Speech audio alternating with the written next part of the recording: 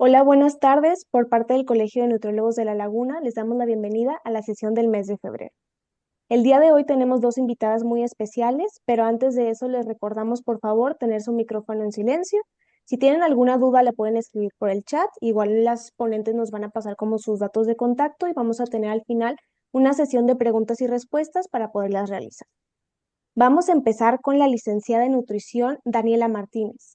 Ella es nutrióloga por la Universidad Iberoamericana de Torreón. Se desempeña como nutrióloga privada y dentro de la empresa Live Nutrition. Le paso a la ponente la palabra. Hola, buenas tardes.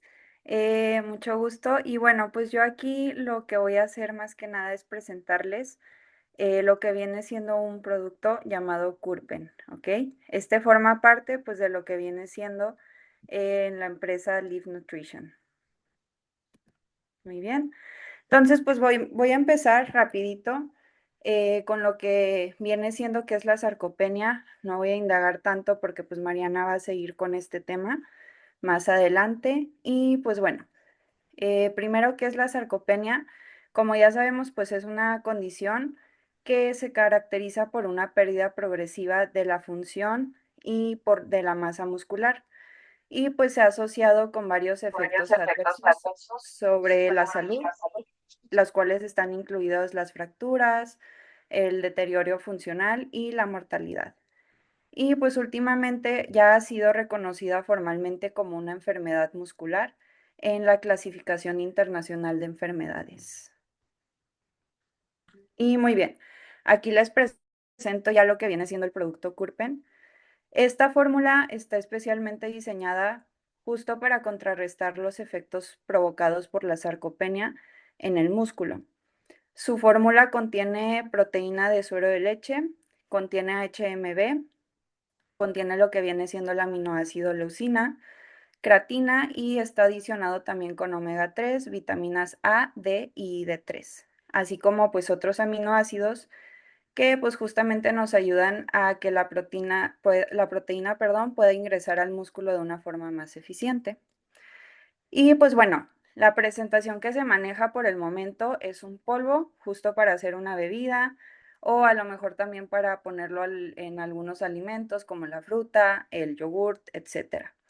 El contenido de una caja pues vienen siendo 14 sobres de 42 gramos cada uno. Tenemos el sabor chocolate por el momento nada más. Y pues la porción recomendada vienen siendo 2 sobres al día.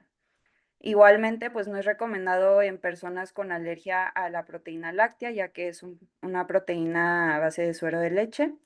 Y pues en personas con problemas renales o hepáticos, pues deben consultar primero a su médico o a su profesional de la salud, de confianza antes de consumir el producto, ya que pues tenemos que ver también el requerimiento de proteína diario de cada paciente para poder ya suministrar este tipo de suplementos.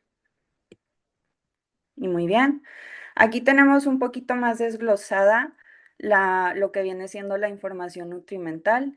Tenemos un poquito más desglosado la aportación de leucina y creatina, que pues viene siendo por porción de 2 sobres, como podemos ver aquí. Nos aporta 6 gramos de leucina, 5 de creatina. También tenemos lo que viene siendo el HMB, el omega 3 y como podemos ver aquí, pues contiene 0% de azúcar, 0 de carbohidratos y 54 gramos de proteína. Esto basado en la porción de lo que viene siendo 2 sobres. Muy bien.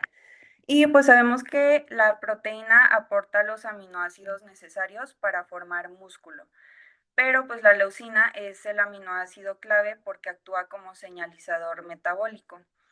Es la que pues viene activando la vía mTOR, que es la que funciona como interruptor principal de lo que viene siendo la síntesis muscular. Y bueno, pues sabemos que ya en adultos mayores o en personas que padecen lo que viene siendo la sarcopenia, pues existe ya una resistencia anabólica, por lo que pues no basta a veces con la proteína total que les estamos dando. También es muy importante alcanzar el umbral de lo que viene siendo la leucina, pues para activar realmente la síntesis muscular, ¿no? Entonces, pues no solamente es cuánto damos, sino cómo activamos también esta vía anabólica, perdón. Y muy bien, aquí tenemos lo que viene siendo el HMB. Entonces, si la leucina pues ayuda a construir el músculo, el HMB pues ayuda a que no se destruya este. Es un metabolito de la leucina cuya función principal pues es reducir la degradación muscular. Y pues bueno, en sarcopenia sabemos que el problema no solo es menor síntesis, sino también mayor proteólisis. Y pues el HMB actúa frenando la vía ubiquitina proteasoma, que pues es el principal sistema de degradación muscular en los estados catabólicos. Y pues eso contribuye a disminuir también la inflamación asociada a lo que viene siendo la pérdida muscular. Entonces se puede decir que en resumen, pues la leucina construye y el HMB protege. Muy bien. Y pues aquí, además del estímulo directo sobre la síntesis y la degradación, pues también podemos optimizar el entorno del músculo. Y por ejemplo, aquí tenemos justo lo que viene siendo el omega 3 que pues ayuda a mejorar la sensibilidad del músculo a aminoácidos y pues también favorece la activación de la vía mTOR que ya habíamos mencionado anteriormente. También tenemos lo que viene siendo la vitamina D3, que a través de sus receptores en el músculo pues también ayuda a mejorar la función y la contracción muscular. Y por último tenemos lo que viene siendo la creatina, que pues mejora la disponibilidad energética, aumenta la capacidad de trabajo muscular y pues esto nos ayuda a potenciar el estímulo anabólico. Entonces, pues aquí hablamos de tres ejes que es pues estimular síntesis, reducir la degradación y pues también mejorar la función muscular, ¿no? Muy bien, entonces pues además del sustento ya fisiológico, que es el que hablamos anteriormente, se realizó un estudio interno observacional con 43 pacientes durante 3 meses. Y pues en base a los resultados, pues el 25% mostró mejoría muscular en los primeros 15 días. Al mes, pues más de la mitad ya presentaba incremento en masa y en fuerza y a los 3 meses hasta el 90% mostró algún grado de mejora, ¿no? En cuanto a la dinamometría, la mayoría tuvo incrementos de entre el 4 y el 19%, lo cual pues clínicamente ya es relevante en términos de funcionalidad y prevención de caídas. Y por último, tenemos aquí que pues los perímetros de brazo y de pantorrilla también observamos aumentos de 1 a 3 centímetros.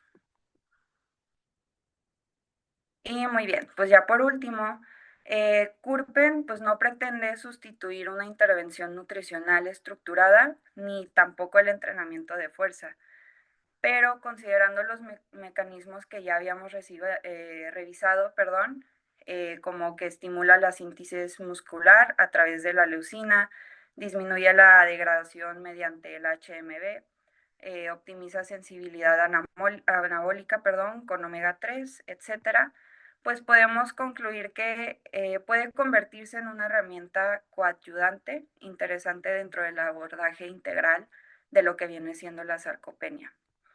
Entonces, pues sí, la sarcopenia no solo es la pérdida de masa, sino también es la pérdida de función.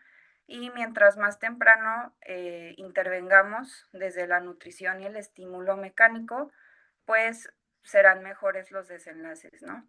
Y ahí es donde pues estrategias específicas pueden ayudarnos a optimizar los resultados de nuestros pacientes. Y pues bueno, eso vendría siendo todo.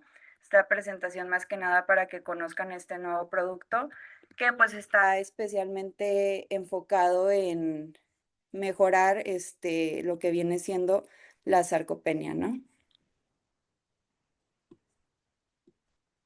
Entonces ya, creo que ya dejé de compartir la pantalla.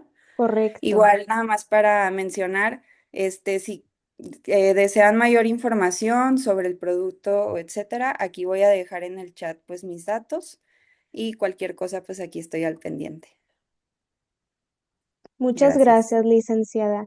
Igual ahorita si surge alguna duda, ya viendo todo el tema de sarcopenia con la maestra Mariana Torres, quedamos aquí al pendiente de llevarle las preguntas. La maestra Mariana Torres Valdés es una especialista en nutrición clínica con trayectoria enfocada en la excelencia académica y la atención integral basada en la evidencia científica.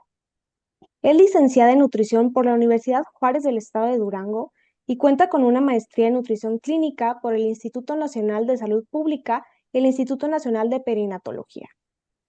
Su formación incluye rotaciones hospitalarias de alta especialidad en instituciones de prestigio nacional como el Instituto Nacional de Cardiología, el Instituto Nacional de Neurología, el Hospital General Dr. Manuel Gea González y el Instituto Nacional de Pediatría.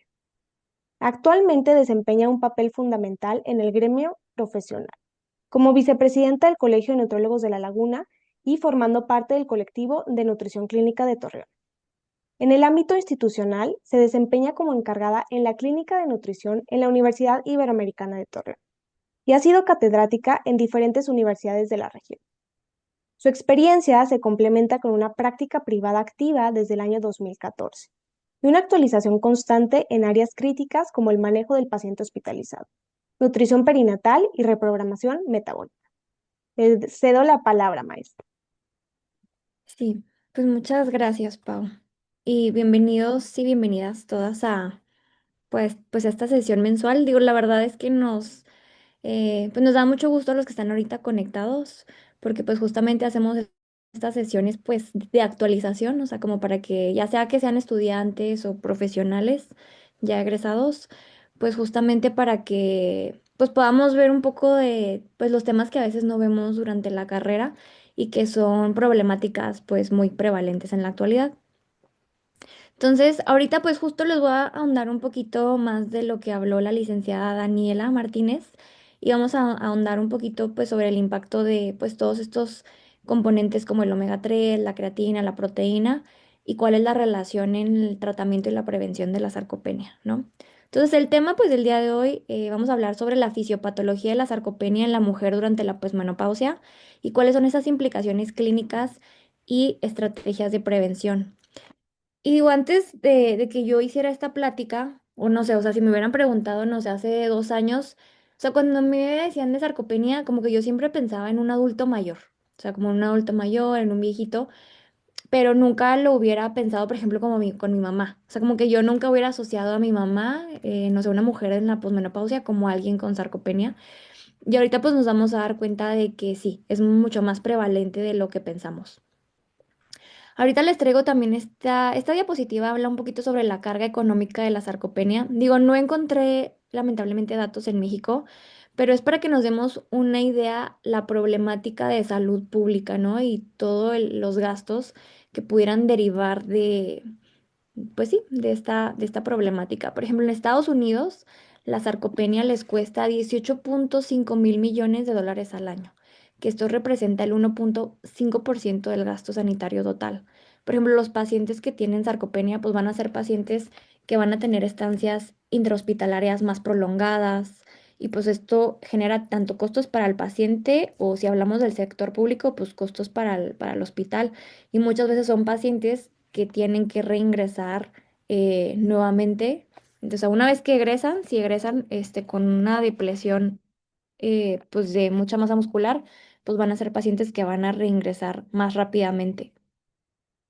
Entonces, por eso aquí es muy importante políticas, o sea, políticas de salud pública, donde se desarrollen estrategias para la prevención y la detección temprana de la sarcopenia, ¿no? Que pues esta es justo otra área muy interesante de la nutrición.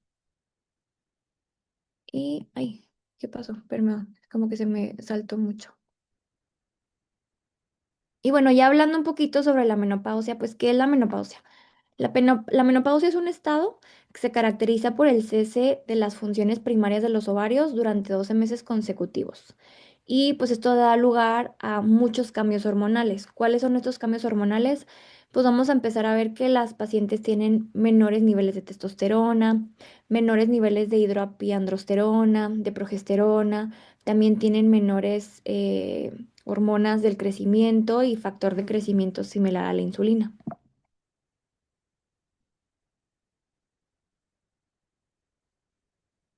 Y la definición de la sarcopenia, pues bueno, la sarcopenia, descrita por el consenso del Grupo Europeo de Trabajo en Sarcopenia en Adultos Mayores, se define como un trastorno progresivo y generalizado del músculo esquelético, con disminución de fuerza y masa muscular. Y todo esto se asocia a pacientes que van a tener mayor riesgo de caídas, de fracturas, de discapacidad física y mayor mortalidad. Y lo pudiéramos resumir en tres elementos, ¿no? O sea, la sarcopenia va a ser pérdida de fuerza muscular, pérdida de la masa, o sea, de la cantidad de masa muscular, y lo vamos a categorizar de acuerdo al rendimiento físico.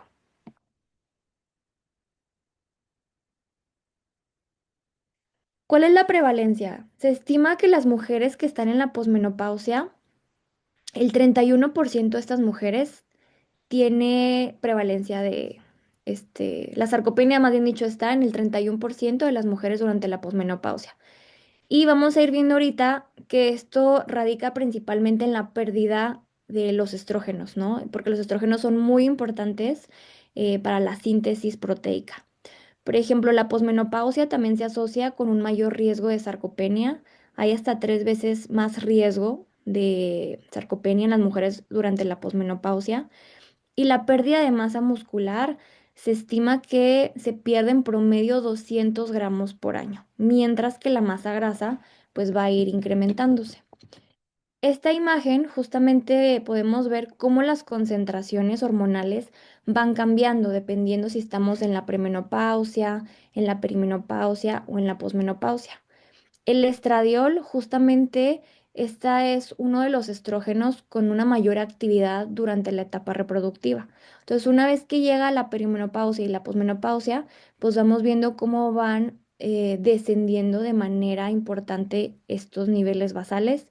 Y también hablábamos de otras hormonas, ¿no? Que van disminuyendo, como la testosterona y hormonas del crecimiento y también esta hormona que es el factor de crecimiento similar a la insulina.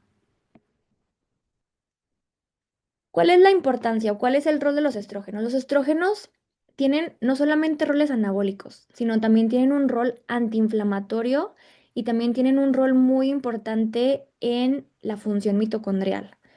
Lo que es el músculo esquelético, el músculo, perdón, el músculo esquelético tiene receptores de estrógenos. Tiene estos dos receptores, que es el receptor alfa y el receptor beta. Y justamente estos dos receptores son sensibles al estradiol.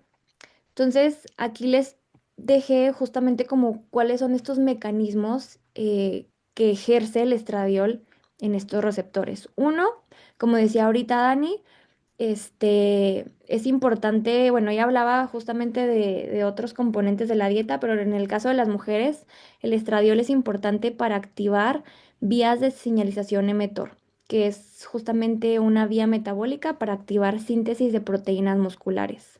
Dos, también los estrógenos estimulan la proliferación y la diferenciación de células satélite, que las células satélite son las células madre del músculo. Entonces las necesitamos para que se repare y se regenere el músculo después de algún daño o después del ejercicio. También, por ejemplo, el estradiol tiene un rol importante en la función mitocondrial. Entonces, tengo menos estrógenos, pues voy a tener alteración en el metabolismo energético en la mitocondria. Y también el estradiol funge una función antiinflamatoria. Entonces, si yo tengo menos estrógenos, pues voy a tener un ambiente más proinflamatorio y también se va a asociar con una mayor liberación de citocinas proinflamatorias, como la interleucina 6 y el factor de necrosis tumoral alfa. Y básicamente aquí lo dice pues este esquemita que lo resume como que la disminución de estradiol provoca algo que se llama inflammaging, ¿no? Que inflammaging es básicamente un estado donde hay un aumento de estrés oxidativo y donde hay un incremento de inflamación crónica de bajo grado. Entonces, justo esta disminución de estradiol, aparte de lo que decíamos de la disminución de la masa muscular, de la disminución de la proliferación de células satélites, pues también me va a incrementar una disminución de la densidad mineral ósea y va a favorecer mayor depósito de grasa a nivel visceral. También esta pérdida de estradiol pues también va a hacer que se empiece a atrofiar el músculo y que se empiece a fibrosar, ¿no? Se empieza a sustituir el tejido muscular por tejido graso. Y esto es un poquito sobre lo que les hablaba, sobre la importancia de los estrógenos en la función mitocondrial. Cuando no tenemos suficientes estrógenos, empieza a haber disfunción mitocondrial y también esta misma disfunción se relaciona con una mayor senescencia celular, que es básicamente cuando pues empieza a haber una afectación en cómo se dividen las células. Entonces, cuando hay disfunción mitocondrial, hay más estrés oxidativo, hay más producción de especies reactivas de oxígeno, ya no se produce de manera eficaz ATP, disminuye la biogénesis mitocondrial, ya empiezan a fallar procesos de la célula como la fusión y la fusión y fisión, perdón, y entonces a su vez esta disfunción mitocondrial impacta también en este proceso de senescencia celular, se empiezan a erosionar los telómeros, se empieza a dañar el ADN y empieza a haber un incremento de estos fenotipos secretores asociados a la senescencia. Entonces, por eso aquí se dice que es un vínculo, pues es como una relación bidireccional, ¿no? Entre la disfunción mitocondrial y la senescencia celular que va a provocar, pues, justamente mayor riesgo de sarcopenia. Y además de esta disfunción mitocondrial, pues lo que sigue empeorando el proceso de sarcopenia pues es esta inflamación también a nivel sistémica, que ahí pues es donde también juega un rol importante el estilo de vida. Si tenemos una dieta que es rica en ultraprocesados, que sabemos que tienen mayor contenido de ciertos azúcares, de grasas trans, de grasas saturadas, de aditivos o conservadores, pues se va a ir incrementando esta inflamación sistémica, ¿no? También el sedentarismo, el mismo sedentarismo incrementa la inflamación sistémica. Entonces, todos estos desequilibrios hormonales, inflamación, la disfunción mitocondrial, pues son activadores del proceso de sarcopenia. La obesidad sarcopénica también es otra entidad u otro síndrome concomitante con la pérdida de masa muscular. En un estudio, en los estudios que se hacen o que se recopilan de las encuestas de salud y nutrición de los Estados Unidos, se ha reportado que hay una prevalencia de obesidad sarcopénica en el 18.1% de las mujeres que tienen arriba de 60 años. Y pues todo esto es por lo que venimos hablando, ¿no? Por esta pérdida de estrógenos. De hecho, aquí podemos ver en esta imagen cómo en la perimenopausia tardía, pues empiezan a haber disminución de estrógenos y aquí es donde empieza a cambiar la composición corporal, que es cuando algunas pacientes empiezan a mencionar de que no, es que yo a lo mejor empecé a cambiar hábitos de alimentación o me he tocado pacientes que dicen, es que yo hace 5 años no se me complicaba tanto la pérdida de peso o más o menos llevaba la misma alimentación que ahorita, pero ahorita estoy subiendo más fácil de peso. Y pues todo es por estos cambios hormonales, ¿no? Por esta pérdida de estrógenos. Justamente fíjense aquí cómo impacta la pérdida de estrógenos en el gasto energético basal. Entonces empieza a haber una disminución del gasto energético basal, la oxidación de las grasas ya no es la misma. Y también son pacientes que pues un año después de que empiezan esta pérdida de estrógenos, empiezan a tener mayores factores de riesgo cardiovascular. O sea, son pacientes que más fácilmente pueden presentar resistencia a la insulina, tienen más disfunción endotelial, pueden tener mayor riesgo de ciertas enfermedades como dislipidemia. Entonces, por eso ahí es muy importante la detección, ¿no? La detección temprana de factores de riesgo y ubicar pues sí, ubicar en qué momento o en qué etapa de vida está la mujer, ¿no? Entonces también por eso ahí es muy importante hacer estas preguntas relacionadas a pues sí, o sea, como a la edad reproductiva, ¿no? A qué edad dejaron de menstruar, si empezaron a tener síntomas o no de menopausia. ¿Y cuáles son las implicaciones clínicas? Pues aquellas pacientes con mayor riesgo de sarcopenia, pues van a ser pacientes que tienen más riesgo de caerse, de tener fracturas, de fragilidad, mayor discapacidad y pues también complicaciones metabólicas. Otra entidad también concomitante con la sarcopenia es la pérdida de la densidad de masa ósea, ¿no? Que decíamos que también sucedía por esta pérdida de estradiol. Y esta entidad o este síndrome se llama osteosarcopenia, que es la presencia de sarcopenia y osteopenia u osteoporosis. Este fue, por ejemplo, una revisión sistemática de pacientes que tenían de 64 hasta 84 años. Y aquí lo que se vio es que había una prevalencia global para ambos sexos del 21% de osteosarcopenia. Pero el simplemente hecho de que ya fuera alguien del género femenino, ya ese era un factor de riesgo independiente para poder tener osteosarcopenia, ¿no? Hasta 5 veces más probabilidad de tener osteosarcopenia solo por ser mujer. Y también algo muy interesante es que también uno pensaría de que, no sé, la osteopenia o la osteoporosis solamente es de adultos mayores y no. Puedo decirles que yo conozco gente muy joven en veintitantos, treinta y tantos, que tienen presencia de osteopenia de osteopenia, perdón. De hecho, alguna vez, cuando llegué a ir a la clínica de geriatría de la Universidad Iberoamericana en Ciudad de México, me comentó la nutrióloga de ahí que llegaron a tener, que llegó a tener una alumna de 19 años con presencia de osteopenia. Entonces, pues ahí la importancia del cribado, del tamizaje que vamos a ir viendo ahorita, que no solamente a veces es característico de, pues, de un adulto mayor. ¿Cuáles serían factores de riesgo, para poder tener osteosarcopenia? Pues ya dijimos, ¿no? El género femenino. Aquí hubo una prevalencia en este estudio del 28% de mujeres versus el 14% en los hombres. La edad, tener arriba de 80 años y también tener un historial de fractura previa se asoció con un riesgo independiente de osteosarcopenia. Ese también fue otro estudio, si mal no recuerdo, este fue justo en mujeres argentinas de mayores de 60 años. Y aquí se encontró en este estudio que las mujeres de arriba de 60 años tenían una prevalencia de sarcopenia del 4%, pero conforme se iba incrementando la edad, pues esta prevalencia iba incrementando hasta más del 12% cuando ya tenían más de 80 años. Y también ahí se vio un mayor riesgo de fracturas por fragilidad, hasta 6 veces este riesgo en las mujeres que tenían sarcopenia. También pues estas mujeres usualmente tienen rendimiento funcional, un menor rendimiento funcional y físico, menor fuerza muscular, perdón, y también mayor riesgo de fracturas a nivel de la vértebra en las que tenían sarcopenia. O sea, fíjense, un 60% más riesgo de tener fracturas en la vértebra comparado con las que no tenían sarcopenia. Y este otro estudio también se me hizo muy interesante. Este habla más que nada sobre calidad de vida. Este se hizo en mujeres asiáticas, si mal no recuerdo.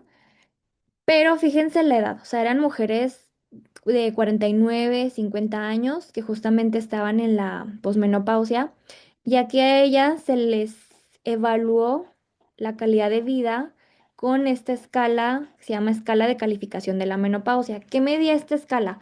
Medía síntomas físicos o somáticos, o sea, si tenían presencia, por ejemplo, de bochornos, de sofocos, dolores articulares, musculares, que son característicos después de la menopausia.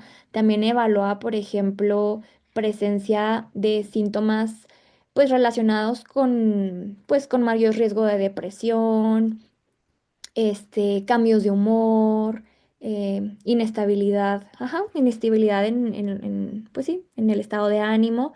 Y también evaluaba síntomas urogenitales, o sea, si había resequedad vaginal, alteración en la vida, pues sí, en la vida sexual.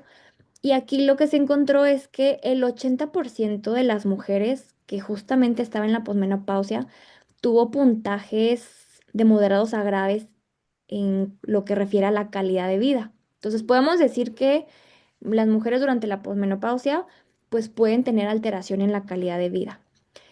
Y de estas mujeres, de estas 106 mujeres, el 45 tuvo diagnóstico de sarcopenia, según las directrices de este grupo de trabajo asiático sobre sarcopenia.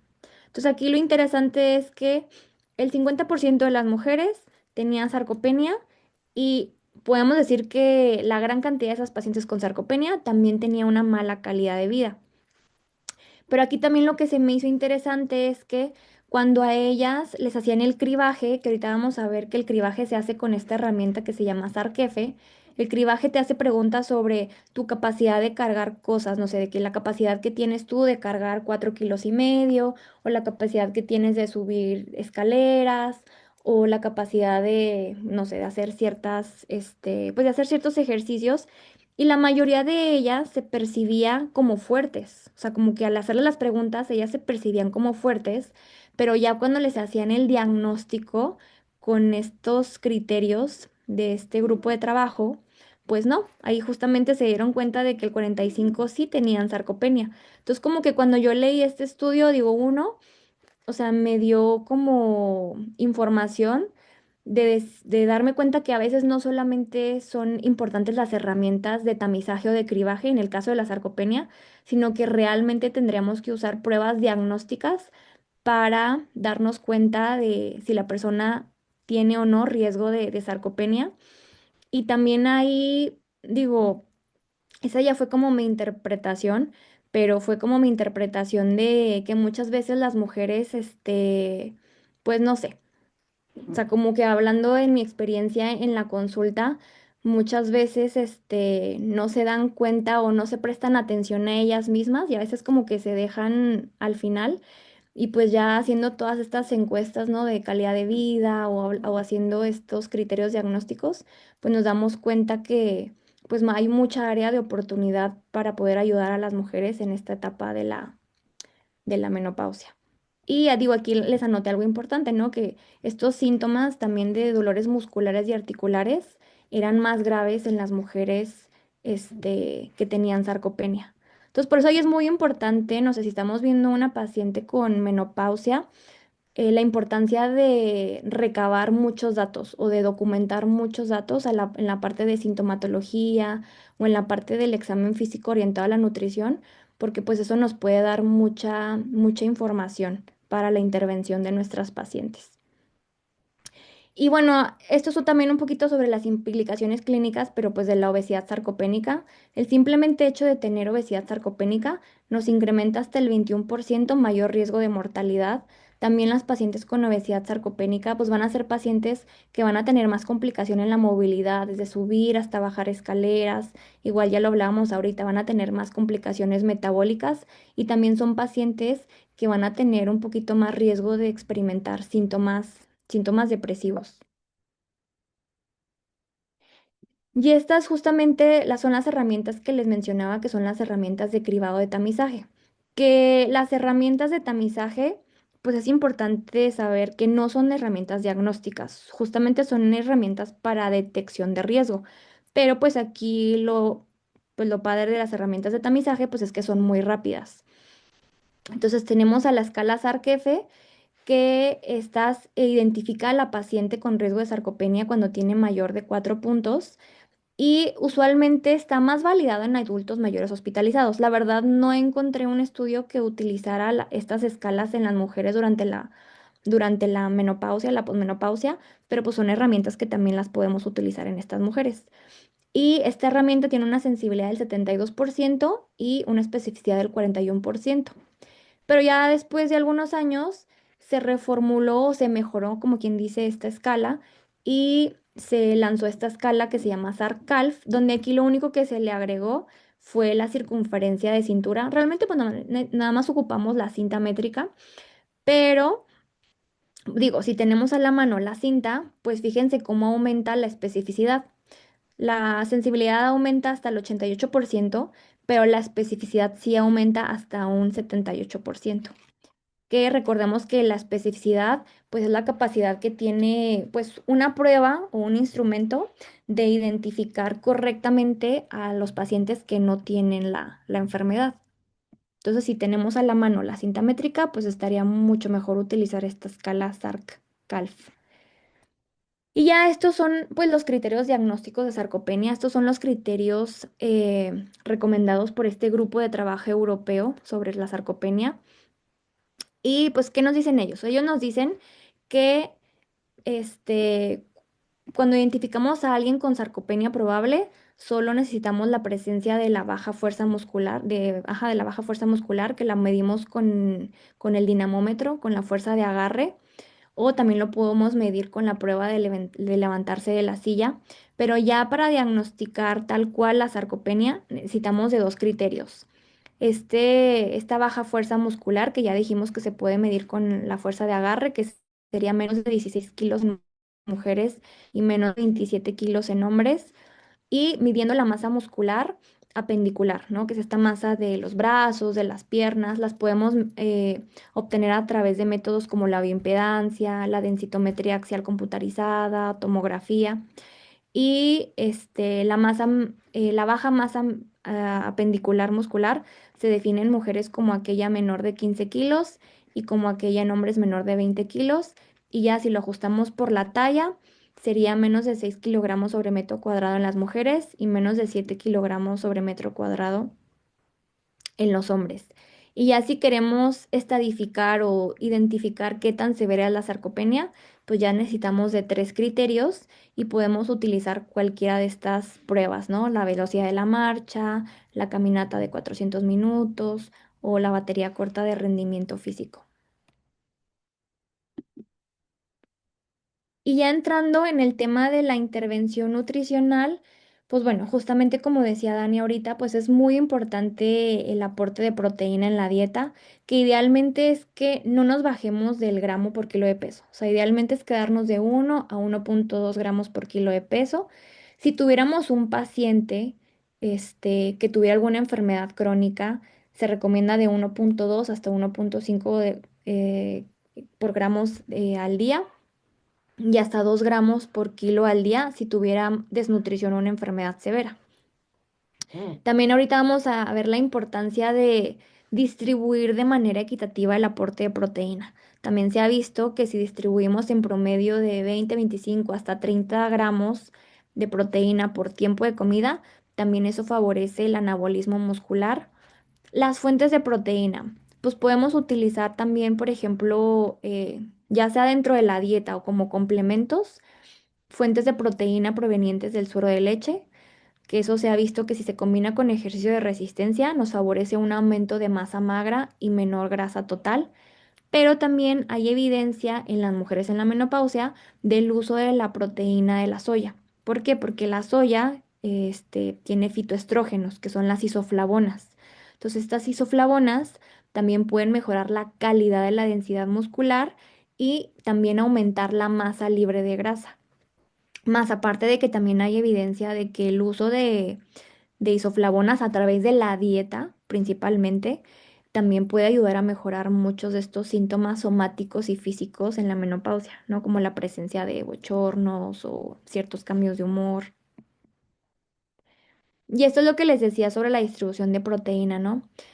Entonces, por ejemplo, en este estudio se encontró que las personas que tienen una mayor ingesta de proteína, sus comidas, sus principales tiempos de comida, tenían más de 20 gramos de proteína.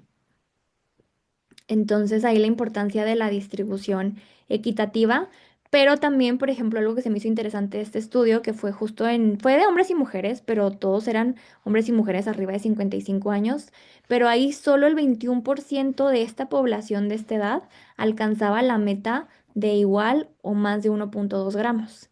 Entonces, ahí también es importante, ¿no? En la evaluación de la dieta que hagamos con nuestros pacientes, identificar, ¿no? Si alcanzan estas metas proteicas del día a día. Y pues bueno, entonces ya por eso les puse aquí que idealmente es alcanzar esta meta de 25 a 30 gramos de proteína por tiempo de comida. Pues idealmente es mezclar tanto opciones de proteína animal como proteína de origen vegetal. Pero si hablamos de una población con riesgo de sarcopenia, pues el incluir más fuentes de proteína de origen animal sí se asoció con una mayor masa muscular esquelética pendicular. ¿Qué patrón de alimentación utilizar? Pues de los patrones más recomendados en los pacientes con sarcopenia, pues dentro de ellos está la dieta mediterránea, ¿no? Se ha visto que si se sigue un patrón mediterráneo, no solamente por el aporte de proteína que metamos en la dieta, pero el patrón mediterráneo es un patrón que tiene muchos componentes antiinflamatorios, o sea, porque se utilizan muchas especias, muchas hierbas, se utiliza, pues es un patrón que tiene fuentes de omega 3, de ácidos grasos monoinsaturados provenientes de aceite de oliva. Entonces ya veíamos que un factor que detona la sarcopenia pues es la inflamación sistémica.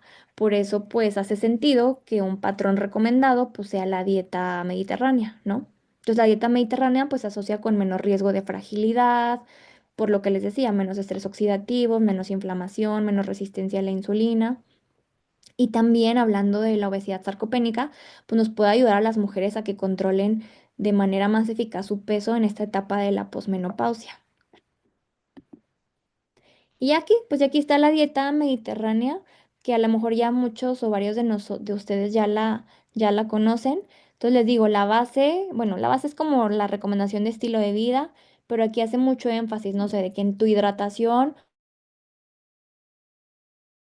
justamente pues la base de cualquier patrón saludable son frutas y verduras, pero pues si utilizas más colores, pues haces que sea más antiinflamatorio, el uso del aceite de oliva que tiene estos polifenoles, también pues granos integrales. Este es el diferenciador, si se fijan, dice todos los días usar hierbas, especias, que es lo que hace que sea más antiinflamatorio que tal vez otros patrones de alimentación. Uso diario de frutos secos, por ejemplo, aquí derivados lácteos que sean descremados y aquí pues justamente el uso de pescados, ¿no? De pescados grasos, más carnes blancas y pues ya entre menos carne roja, embutidos y pues ya sabemos, ¿no? Dulces o azúcares, pues mucho mejor. Y hablando de suplementación, que justamente ya ahorita lo mencionaba también Dani, el omega 3 también es fundamental como una estrategia de nutrición en la lucha contra la sarcopenia. Este fue un estudio en adultos de arriba de 60 años y básicamente aquí se vio que el usar omega 3 nos puede ayudar a aumentar masa muscular, ¿no? Hasta 330 gramos. Y también hablando sobre la funcionalidad de los pacientes nos ayudaba a tener menor tiempo en la prueba de levantarse y andar. ¿Cuáles son las dosis que tendríamos que utilizar para notar un incremento en el aumento de masa muscular? Pues tendrían que ser dosis arriba de los 2 gramos al día y cuando se suplementaban por arriba de los 6 meses, se veía también una mejora en la velocidad de la marcha. Pero pues igual aquí importante recalcar la población, ¿no? Que son pues adultos mayores, arriba de 60 años. ¿Y cuál es el mecanismo de acción? O sea, ¿por qué el omega 3 favorece el aumento de masa muscular? Pues aquí se los resumí en estos tres ejes, ¿no? Uno, incrementa la síntesis de proteína porque activa la vía de mTOR. Dos, también disminuye esta degradación de proteínas musculares porque como disminuye el estado inflamatorio, pues disminuye citocinas proinflamatorias. Y tres, que vamos a ver ahorita, también se ha visto que el omega 3 nos puede ayudar al aumento de fuerza de muscular porque modula procesos de neurotransmisión.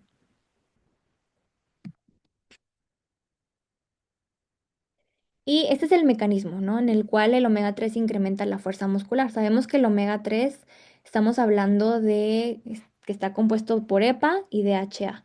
Entonces, este EPA y DHA, pues, forma parte de las membranas de las neuronas. Las neuronas tienen unas vainas que se llaman vainas de mielina y estas vainas de mielina, pues, precisamente están hechas principalmente de DHA, de ácido docosahexaenoico. Y entonces aquí el omega 3 actúa bajo dos ejes.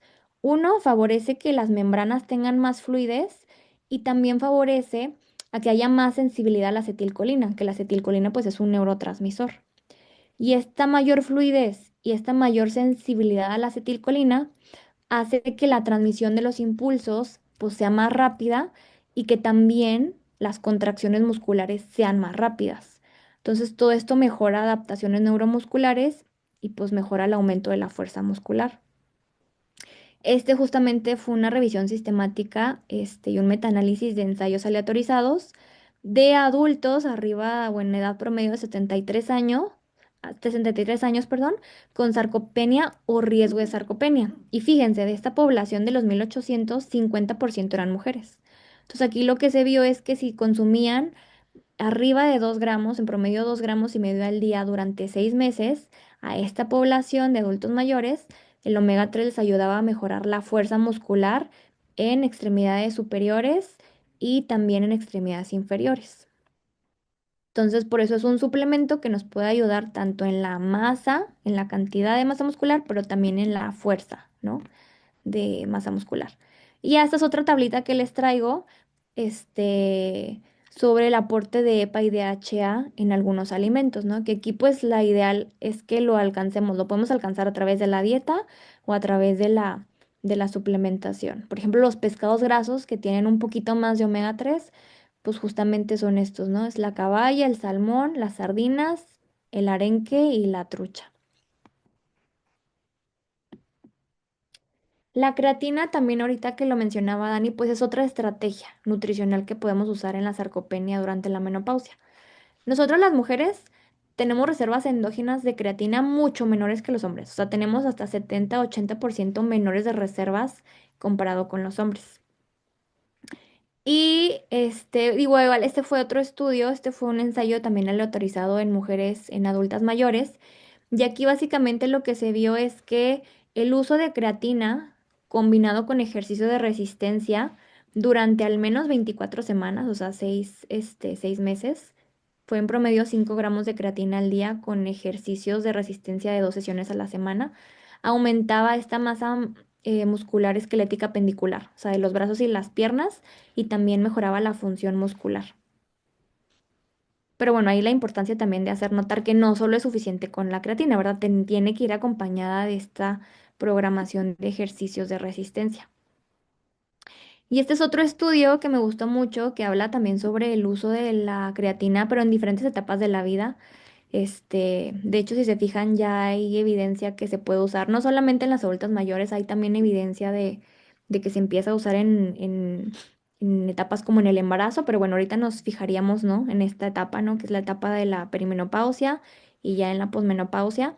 Y en estas ambas etapas de vida, pues mejora la masa muscular, la fuerza, por ejemplo, procesos de inflamación, ya veíamos la importancia también de que bueno, o sea, que veíamos que durante la sarcopenia hay una disfunción mitocondrial, pues también la creatina nos puede favorecer mejorar esta función mitocondrial o esta obtención de ATP.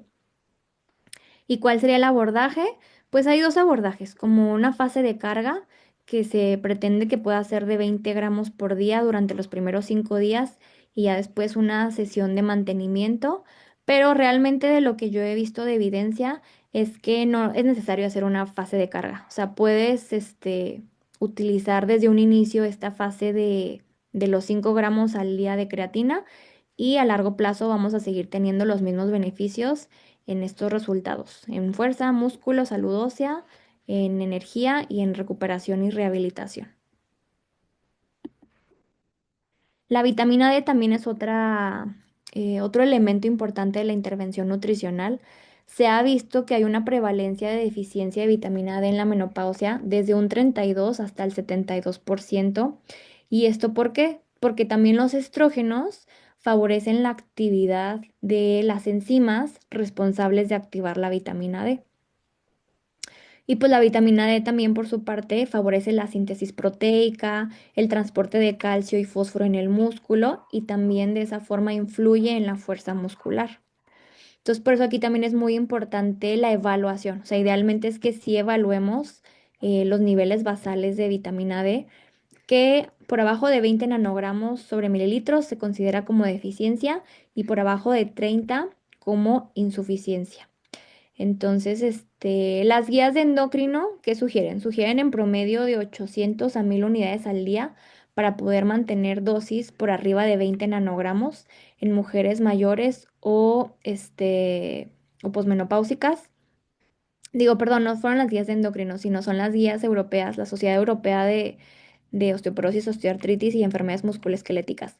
Pero igual también las guías de la Sociedad de Endocrino también recomiendan dosis por arriba de los 1000 unidades internacionales al día.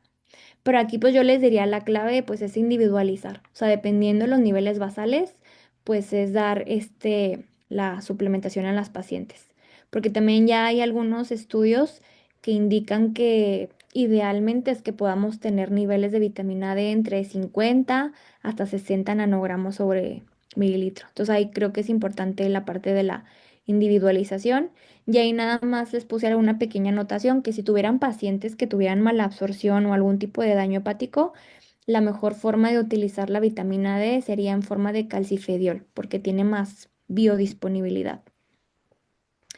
Y otro elemento también importante es el hidroximetilbutirato, que también lo mencionaba ahorita esta Dani. Este también fue, pues sí, también fue un metaanálisis de pacientes por arriba de 50 años y aquí se encontró que el suplementarse con hidroximetilbutirato favorecía una ganancia en la masa muscular ependicular y también en la fuerza muscular.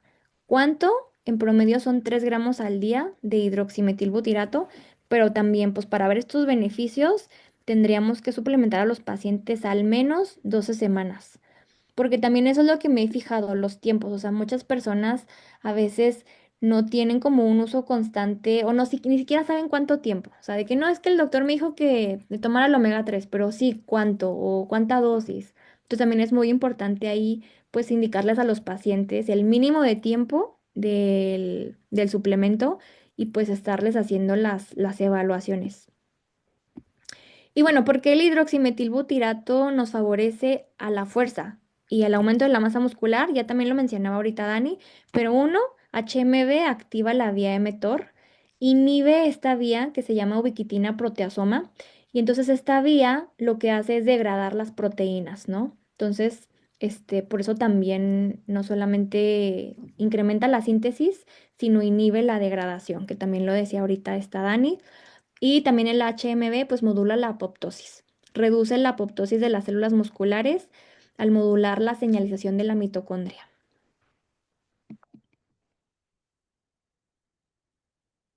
Y pues ya por último, pues la importancia también de la prescripción de actividad física. Que digo ahí, aunque nosotros pues no somos entrenadores, pues sí es muy importante evaluar pues la frecuencia de actividad física de los pacientes, la intensidad y guiarlos, ¿verdad? O sea, guiarlos en los tipos de ejercicios que tendrían que hacer. Por ejemplo, en las mujeres durante la menopausia se recomienda al menos 3 veces a la semana el ejercicio aeróbico, aproximadamente al día de 30 a 60 minutos de intensidad moderada y si es de alta intensidad, de 20 a 30 minutos. Y si quisiéramos que nuestra paciente pierda peso, el mínimo serían de 150 a 250 minutos a la semana de intensidad moderada, de resistencia de 2 a 3 veces a la semana, donde ejerciten los grupos musculares mayores con una frecuencia de, bueno, o sea, de 2 a 4 sets de 8 a 12 repeticiones y también ejercicios de flexibilidad en promedio 2 o 3 días a la semana.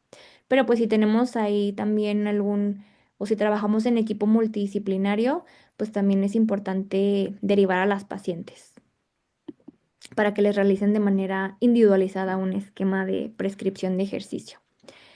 Y pues los efectos que tiene el ejercicio en la composición corporal, pues realmente son muchos. Aquí, por ejemplo, lo que se vio es que, o sea, fue un metaanálisis también de la frecuencia de actividad física y el impacto que tenía en la composición corporal.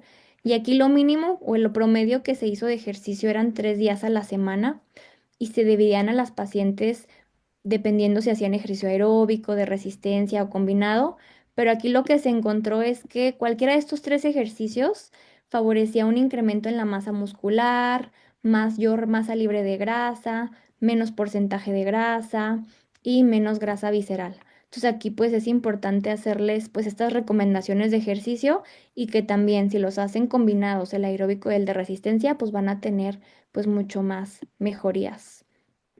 Y ya estos son pues algunos mensajes claves para llevarnos a casa, pues el saber que la pérdida de estrógenos nos incrementa el riesgo de sarcopenia y este riesgo se vuelve mucho más alto en la posmenopausia tardía, que es en promedio 5 años o más después del último periodo, que también la sarcopenia durante la menopausia es un tema importante en el área de la salud pública, ya que tiene implicaciones clínicas que incrementan el riesgo de morbimortalidad Las estrategias de estilo de vida saludable, como la alimentación, la suplementación y un esquema de actividad física individualizado, pues son la base de la prevención y el tratamiento y pues la importancia, ¿no? De trabajar con un equipo multidisciplinario en las pacientes que están en la menopausia, desde la parte del área de ginecología, el área de endocrino, psicólogos, geriatras también, si son pacientes que ya están en la posmenopausia, el área de fisioterapia, pues es muy importante trabajar como equipo para poder tener mejores resultados en las pacientes. Y pues eso sería todo de mi parte.